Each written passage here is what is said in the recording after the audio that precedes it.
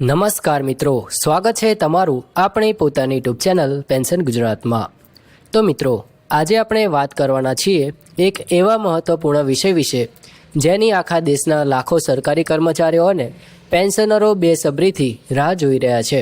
હા મિત્રો, આજે આપણે સંપૂર્ણ વિગતવાર ચર્ચા કરીશું 8મા પગાર પંચ વિશે। આ એક એવો મુદ્દો છે જેની સીધી અસર આપણા દરેકના ખિસ્સા પર પડવાની છે।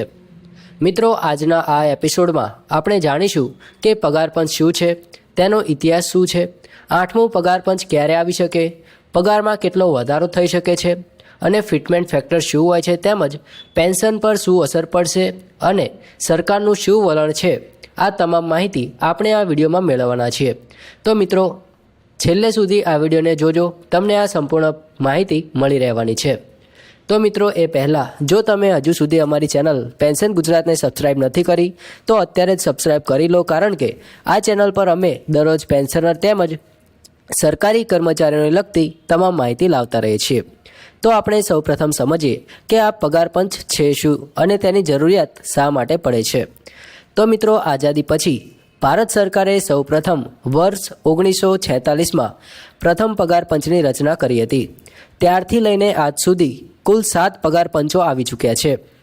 દરેક પગાર પંચનો મુખ્ય હેતુ રહ્યો છે કે સરકારી કર્મચારીઓના પગારને સમયાનુસાર અને મોંઘવારી અનુસાર યોગ્ય બનાવવામાં આવે। મિત્રો, પગાર પંચ એટલે સરકાર દ્વારા નિયુક્ત કરવામાં આવેલી એક વિશેષ સમિતિ। આ સમિતિમાં અનુભવી અધિકારીઓ, અર્થશાસ્ત્રીઓ અને નિષ્ણાતો હોય છે। આ સમિતિનું કામ હોય છે કે દેશભરના સરકારી કર્મચારીઓના પગાર, ભથ્થા, પેન્શન અને અન્ય લાભોની વિસ્તૃત સમીક્ષા કરવાનું। તેઓ વિવિધ સ્થળોએ જઈને કર્મચારીઓ અને સંગઠનોના સૂચનો સાંભળે છે, આર્થિક પરિસ્થિતિનું અભ્યાયન કરે છે અને પછી તેમની વિગતવાર ભલામણો સરકાર સામે સમક્ષ રજૂ કરે છે। મિત્રો, 8મા પગાર પંચને સમજવા માટે આપણે 7મા પગાર પંચને સમજવું ખૂબ જ જરૂરી છે। મિત્રો, 7મું પગાર પંચ 1 જાન્યુઆરી 2016થી અમલમાં આવ્યું હતું।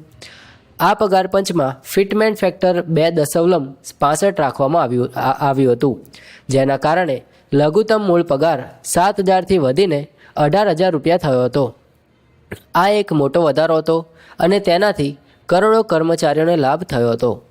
મિત્રો, 7મા પગાર પંચથી માત્ર પગાર જ નહીં પણ વિવિધ ભથ્થાઓમાં પણ સુધારો આવ્યો હતો, જેમાં ઘર ભાડું એટલે કે ઘર ભાડું ભથ્થું, મુસાફરી ભથ્થું, તબીબી સુવિધાઓ, બાળકોના શિક્ષણ માટેના ભથ્થા, આ બધામાં વધારો થયો હતો। પરંતુ મિત્રો, તે પગાર પંચને આજે લગભગ 9 વર્ષ થવા આવ્યા છે। આ સમયગાળામાં મોંઘવારી નોંધપાત્ર રીતે વધે છે। દરરોજના જીવનની વસ્તુઓની કિંમતો બમણી કે 3 ગણી થઈ ગઈ છે। મિત્રો, હવે આવીએ સૌથી મહત્ત્વના સવાલ પર કે 8મો પગાર પંચ ક્યારે આવશે। તો મિત્રો, 10 વર્ષના પરંપરાગત નિયમ પ્રમાણે 8મું પગાર પંચ વર્ષ 2026થી અમલમાં આવવું જોઈએ, પરંતુ અત્યાર સુધી સરકાર તરફથી કોઈ સત્તાવાર જાહેરાત આવી નથી। સંસદમાં પૂછવામાં આવેલા એક પ્રશ્નના જવાબમાં કેન્દ્ર સરકારે સ્પષ્ટપણે જણાવ્યું છે કે હાલમાં 8મા પગાર પંચની રચના માટે કોઈ પ્રસ્તાવ વિચારણા હેઠળ નથી। આ જાહેરાતથી ઘણા કર્મચારીઓમાં નિરાશા ફેલાઈ રહી હતી, પરંતુ મિત્રો, આ નિરાશ થવાનું કારણ નથી। ઇતિહાસ જોઈએ તો પગાર પંચની રચના અને જાહેરાત વચ્ચે સામાન્ય રીતે 1 વર્ષનો સમય લાગે છે। વિવિધ કર્મચારી સંગઠનો સતત 8મા પગાર પંચની માંગ કરી રહ્યા છે। રાષ્ટ્રીય સંયુક્ત પરિષદ, જે કેન્દ્રીય કર્મચારી સંગઠનોનું સૌથી મોટું મંચ છે, તેમણે સરકાર સમક્ષ અનેક રજૂઆતો કરી છે। રાજ્યસભાના અનેક સાંસદોએ પણ આ વિષય પર સરકારને પ્રશ્ન પૂછ્યા છે। મિત્રો, વિવિધ નિષ્ણાતો અને વિશ્લેષકોના મતે 8મા પગાર પંચની જાહેરાત વર્ષ 2025ના અંતમાં અથવા 2026ની શરૂઆતમાં થઈ શકે છે। જો જાહેરાત 2025માં થાય તો સમિતિની રચના થશે, પછી તેઓ દેશભરમાં પ્રવાસ કરશે, કર્મચારી સંગઠનો સાથે બેઠક કરશે અને લગભગ 1.5થી 2 વર્ષમાં તેમની ભલામણો રજૂ કરશે। સામાન્ય રીતે પગાર પંચનું અમલીકરણ વર્ષની 1 જાન્યુઆરીથી શરૂ થાય છે, તેથી જો તમામ પ્રક્રિયા સમય પર પૂર્ણ થાય તો 8મું પગાર પંચ 1 જાન્યુઆરી 2026થી અથવા તો 1 જાન્યુઆરી 2028થી લાગુ થઈ શકે છે। અને હા મિત્રો, જ્યારે પણ આ લાગુ થશે ત્યારે તેનો સીધો લાભ 1 જાન્યુઆરી 2026થી ગણવામાં આવશે। મતલબ કે તમને એરિયર્સ પણ મળવાનું છે। હવે આવીએ સૌથી મહત્ત્વના અને રસપ્રદ ભાગ પર, એ છે ફિટમેન્ટ ફેક્ટર. મિત્રો, આ એક જાદુઈ આંકડો છે જે નક્કી કરે છે કે તમારો પગાર કેટલો વધશે. તો આ ખૂબ જ સરળ સમજાવવામાં છે. જેમ કે મિત્રો, ફિટમેન્ટ ફેક્ટરનો ફોર્મ્યુલા છે કે નવો મૂળ પગાર બરાબર જૂનો મૂળ પગાર ગુણ્યા ફિટમેન્ટ ફેક્ટર. ઉદાહરણ તરીકે જોઈએ તો જો તમારો હાલનો મૂળ પગાર 18,000 રૂપિયા છે અને ફિટમેન્ટ ફેક્ટર 3 મળે છે તો તમારો નવો મૂળ પગાર થશે 18,000 ગુણાકાર 3 એટલે કે 54,000 રૂપિયા. સાતમા પગાર પંચમાં ફિટમેન્ટ ફેક્ટર 2.65 હતું. આ વખતે કર્મચારી સંગઠનો 3.8ની માંગ કરી રહ્યા છે. આ માંગ પાછળનું કારણ છે છેલ્લા 9-10 વર્ષોમાં થયેલી મોંઘવારીના ભારે વધારો. પેટ્રોલ, ડીઝલ, રસોઈ ગેસ, રોજિંદી વસ્તુઓની કિંમતો બમણી થઈ ગઈ છે. જો કે વાસ્તવિકતામાં સરકાર સંભવતઃ 3.0 કે પછી 3.2ની આસપાસનો ફિટમેન્ટ ફેક્ટર આપી શકે છે. જો 3.નો ફિટમેન્ટ ફેક્ટર મળે તો પણ આ એક મોટો વધારો ગણાશે, કારણ કે છેલ્લી વખતે 2.65 હતું. તેથી તુલનામાં આ લગભગ 15-20% સુધીનો વધારો શક્ય બનશે. ચાલો હવે વિવિધ સ્તરના કર્મચારીઓ માટે ગણતરી કરીએ. તો મિત્રો, લેવલ 1 કર્મચારીઓ માટે હાલનો મૂળ પગાર 18,000 રૂપિયા છે. જો ફિટમેન્ટ ફેક્ટર 3 મળે છે તો નવો મૂળ પગાર થશે 54,000 રૂપિયા. આમાં 36,000 રૂપિયાનો વધારો થશે, જે 200% છે, એટલે કે 200% છે. જો ફિટમેન્ટ ફેક્ટર 3.8 મળે છે તો નવો મૂળ પગાર થશે લગભગ 66,240 રૂપિયા. આમાં કુલ વધારો થશે 44,200 રૂપિયા. લેવલ 10 અધિકારીઓ માટે જોઈએ તો હાલનો મૂળ પગાર 60,000 રૂપિયા હોય તો 3.0ના ફેક્ટરે 1,80,000 રૂપિયા થશે અને 3.8ના ફેક્ટરે 2,39,000 રૂપિયા થશે. મિત્રો, આ માત્ર મૂળ પગારની વાત છે. આ ઉપરાંત તમને મહેંગાઈ ભથ્થું, ઘર ભાડું ભથ્થું, મુસાફરી ભથ્થું અને અન્ય ભથ્થાઓ અલગથી મળવાના છે. આમ કુલ મળીને તમારા હાથમાં આવતો પગાર ઘણો વધી જશે. મિત્રો, હવે જ્યારે મૂળ પગાર વધે છે ત્યારે તેની સાથે જોડાયેલા બધા ભથ્થાઓમાં પણ વધારો થાય છે. ચાલો જાણીએ કેવી રીતે થાય છે. તો મિત્રો, ઘર ભાડું એટલે કે HRA આ મૂળ પગારના ટકાવારીમાં આપવામાં આવે છે. એક્સ શ્રેણીના શહેરોમાં 24%, વાય શ્રેણીમાં 16% અને ઝેડ શ્રેણીમાં 8%. જો તમારો મૂળ પગાર 54,000 થાય અને તમે એક્સ શ્રેણીના શહેરમાં રહો છો તો તમને 12,960 રૂપિયા ઘર ભાડું મળવાનું છે. અને મિત્રો, મુસાફરીની વાત કરીએ એટલે કે TA તો આ પણ વધશે. હાલમાં તે હજારોમાં છે, પરંતુ નવા પગાર પંચમાં તે પણ 3-4 ગણું થઈ જશે. તબીબી સુવિધાઓની વાત કરીએ તો સરકારી કર્મચારીઓને મળતી તબીબી સુવિધાઓમાં પણ સુધારો અપેક્ષિત છે. CGHSની રેટ્સમાં વધારો થશે, જેથી વધુ સારી તબીબી સુવિધાઓ મળી શકે. મિત્રો, અન્ય ભથ્થાઓની વાત કરીએ તો બાળકોના શિક્ષણ ભથ્થામાં વધારો, પોશાક ભથ્થામાં વધારો અને અન્ય વિવિધ ભથ્થાઓમાં સુધારો થશે. મિત્રો, 8મું પગાર પંચ પેન્શનરો માટે પણ એટલું જ મહત્ત્વનું છે.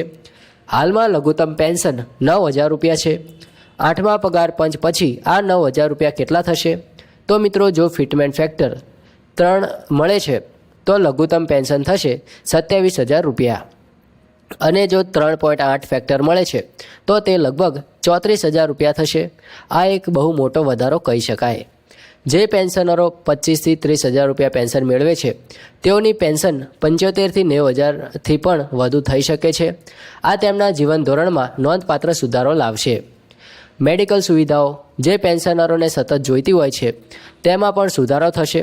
CGHS અને અન્ય સ્વાસ્થ્ય યોજનાઓમાં વધુ સુવિધાઓ ઉમેરાશે. મિત્રો, સરકારે એક નવી સિસ્ટમની પણ ચર્ચા કરી છે. આ સિસ્ટમમાં દર 10 વર્ષે એક મોટો પગાર પંચ આવવાને બદલે મોંઘવારી ભથ્થું પ્રમાણે નિયમિત પગાર વધારો થતો રહેશે. આ સિસ્ટમમાં જ્યારે પણ મોંઘવારી ભથ્થું 50% થાય ત્યારે તેને મૂળ પગારમાં મર્જ કરી દેવામાં આવે અને મોંઘવારી ભથ્થું ફરીથી શૂન્યથી શરૂ થાય છે. આમ દર 2-3 વર્ષે મૂળ પગારમાં નાનો પરંતુ નિયમિત વધારો થતો રહેશે. આ સિસ્ટમના ફાયદા છે કે કર્મચારીઓને નિયમિત રીતે વધારો મળતો રહે, સરકારને પણ એકસાથે મોટો ખર્ચ ન કરવો પડે. પરંતુ કર્મચારી સંગઠનોને આ સિસ્ટમ પસંદ નથી આવતી. કર્મચારી સંગઠનોનું માનવું છે કે 10 વર્ષે મળતો મોટો પગાર વધારો વધુ અસરકારક છે, જે એક સાથે મળતા મોટા વધારાથી ભવિષ્ય નિર્માણ માટે રોકાણ કરી શકાય છે, મકાન ખરીદી શકાય, બાળકોના ભવિષ્ય માટે જોગવાઈ કરી શકાય. નાના વધારાઓ દૈનિક ખર્ચમાં ખર્ચાઈ જાય છે અને બચત નથી થતી. મિત્રો, વિવિધ કેન્દ્રીય કર્મચારી સંગઠનોએ સરકાર સમક્ષ અનેક માંગણીઓ રજૂ કરી છે.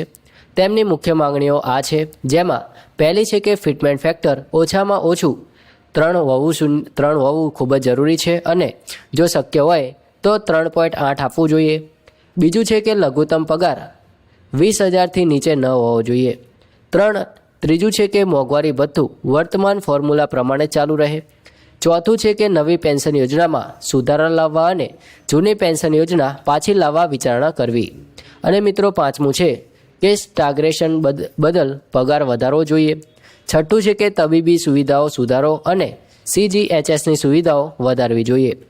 મિત્રો, 8મો પગાર પંચ લાગુ કરવું સરકાર માટે એક મોટો નાણાકીય નિર્ણય છે.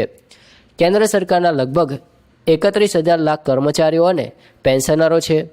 તેમના પગાર અને પેન્શનમાં વધારો થશે તો સરકારનું વાર્ષિક ખર્ચ લગભગ 1 લાખ કરોડ રૂપિયા વધી શકે છે.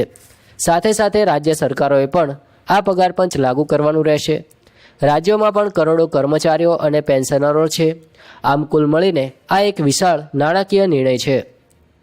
પરંતુ બીજી બાજુ સરકાર જાણે છે કે મોંઘવારી ખરેખર વધી છે. કર્મચારીઓના પગાર અને પેન્શન વર્તમાન સમયની જરૂરિયાતો સામે ઓછા પડી રહ્યા છે. આમ સરકારને નિર્ણય કરવો પડશે કે નાણાકીય અનુશાસન અને કર્મચારીઓના કલ્યાણ વચ્ચે સંતુલન કેવી રીતે સાધવું. તો મિત્રો, આ હતી 8મા પગાર પંચની સંપૂર્ણ માહિતી. ચાલો એકવાર ફરીથી મુખ્ય મુદ્દાઓ પર નજર કરી લઈએ. તો મિત્રો, 8મા પગાર પંચની જાહેરાત વર્ષ 2025માં અથવા તો 2026ની શરૂઆતમાં થઈ શકે છે. અમલીકરણ 1 જાન્યુઆરી 2026 અથવા તો 1 જાન્યુઆરી 2027થી શરૂ થઈ શકે છે. ફિટમેન્ટ ફેક્ટર સંભવતઃ 3.0થી અથવા તો 3.2ની વચ્ચે રહેશે. જો કે કર્મચારી સંગઠનો 3.8ની માંગ કરી રહ્યા છે. અને મિત્રો, પગારમાં સરેરાશ 25%થી 35% સુધીનો વધારો થઈ શકે છે. લઘુત્તમ મૂળ પગાર 54,000થી 66,000 રૂપિયાની વચ્ચે થઈ શકે છે. પેન્શનમાં નોંધપાત્ર વધારો થવાનો છે. લઘુત્તમ પેન્શન 27,000થી 34,000 રૂપિયા સુધી જઈ શકે છે. ભથ્થાઓમાં પણ સમાનુપાતિક વધારો થશે. ઘર ભાડું ભથ્થું, મુસાફરી ભથ્થું, તબીબી સુવિધાઓ બધામાં સુધારો થશે. અને મિત્રો, હવે એક મહત્ત્વનો સવાલ એ પણ છે કે શું આપણે દર 10 વર્ષે એકવાર આવતા મોટા પગાર વધારાની રાહ જોવી જોઈએ કે પછી મોંઘવારી સાથે તાલમેલ રાખતી નિયમિત ઓટોમેટિક સિસ્ટમ અપનાવવી જોઈએ? તો મિત્રો, આ એક મહત્ત્વનો પ્રશ્ન છે જેના પર આપણા બધાએ વિચાર કરવાની જરૂર છે. આ વિડીયોમાં આપણે 8મા પગાર પંચ વિશે તમામ મહત્ત્વની માહિતી કવર કરી. જો તમને આ વિડીયો ઉપયોગી લાગ્યો હોય તો લાઇક કરવાનો ભૂલશો નહીં. ચેનલને સબસ્ક્રાઇબ કરવાનું અને બેલ આઇકન દબાવવાનું પણ ભૂલશો નહીં. આમ કરવાથી જ્યારે પણ 8મા પગાર પંચ વિશે નવી અપડેટ આવશે ત્યારે તમને તરત જ જાણ થઈ જશે. તમારા વિચારો, તમારા સવાલો અને સૂચનો કોમેન્ટ સેક્શનમાં જરૂર લખજો. તમને શું લાગે છે, 8મો પગાર પંચ ક્યારે આવશે? ફિટમેન્ટ ફેક્ટર કેટલું મળવું જોઈએ? તમારા મંતવ્યો અમારી સાથે શેર જરૂર કરજો. પેન્શન ગુજરાતને ફોલો કરતા રહેજો. પેન્શન અને પગાર સંબંધિત તમામ મહત્ત્વની માહિતી માટે અમે સતત તમારા માટે નવી અને ઉપયોગી માહિતી લાવતા રહીએ છીએ. આ વિડીયો જોવા બદલ તમારો ખૂબ ખૂબ આભાર. મળીશું આવી જ માહિતી સાથે. ત્યાં સુધી જય હિન્દ, વંદે માતરમ.